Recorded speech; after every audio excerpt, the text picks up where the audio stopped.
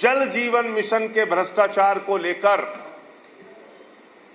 जो मैंने आरोप लगाए थे और कहा था कि ये एनआरएचएम से बड़ा महाघोटाला है, उसमें आज और कुछ चौंकाने वाले तथ्य सामने आए हैं जिसको सुनकर आप हैरान हो जाएंगे, जिसको सुनकर आपको यकीन नहीं होगा कि हजारों करोड़ का यह भ्रष्टाचार का खेल कैसे हो रहा है। मैं एक एक करके बताना चाहता हूं। यह भारत सरकार की गाइडलाइन है जिसका कागज मेरे पास है और जिसमें कहा गया है कि SWSM ये एक रजिस्टर्ड संस्था होनी चाहिए। ये भारत सरकार की गाइडलाइन है, मेरे घर में नहीं तैयार हुई। दूसरा, इसी गाइडलाइन को आगे देखते हुए हरियाणा के अंदर जो SWSM संस्था बनी उसका बाकायदा पंजीकरण कराया गया है, वो रजिस्टर्ड कराया गया है SWSM को, और इसका पंचकुला का एड्रेस भी दिया गया है। ये कागज भी आप चेक कर सकते हैं। तीसरा,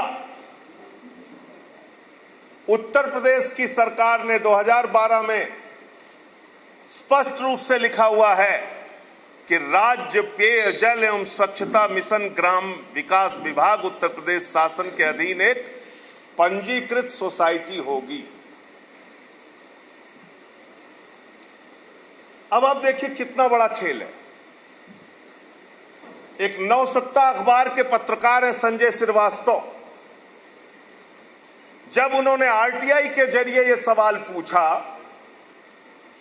कि SWSM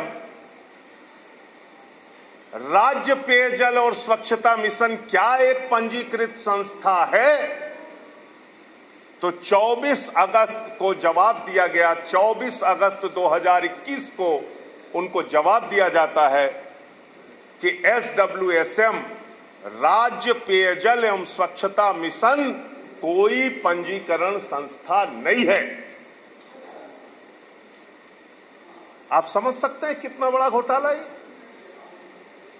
एक गैर पंजीकृत संस्था के नाम पर हजारों करोड़ के टेंडर करा दिए गए। एक गैर पंजीकृत संस्था के नाम पर केंद्र सरकार की गाइडलाइन का वायलेशन करते हुए, उसके नियमों को दरकिनार करते हुए बैंक में खाते खुलवा लिए गए।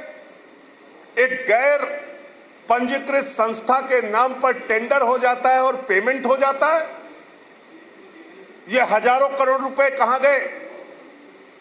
ईडी, सीबीआई सभी जांच एजेंसियों को इन लोगों के खाते सीज करने चाहिए, इन लोगों की गिरफ्तारी करके पूछताछ करनी चाहिए, मंत्री से लेकर तमाम अधिकारियों से, कि गैर पंजीकृत संस्था के नाम पर उन्होंने हजारों करोड़ के टेंडर और काम कैसे कराए। और 25 अगस्त को यही रिप्लाई दे रहे हैं, जब इनको ऊपर से डाटा फटकारा गया होगा तो कह रहे साहब मिलती जुलती एक संस्था है, यानी राम के नाम पे रमेश जाकर चेक ले सकता है, यानी महेंद्र सिंह के नाम पे अनुराग श्रीवास्तव जाके बैंक से चेक ले सकते हैं।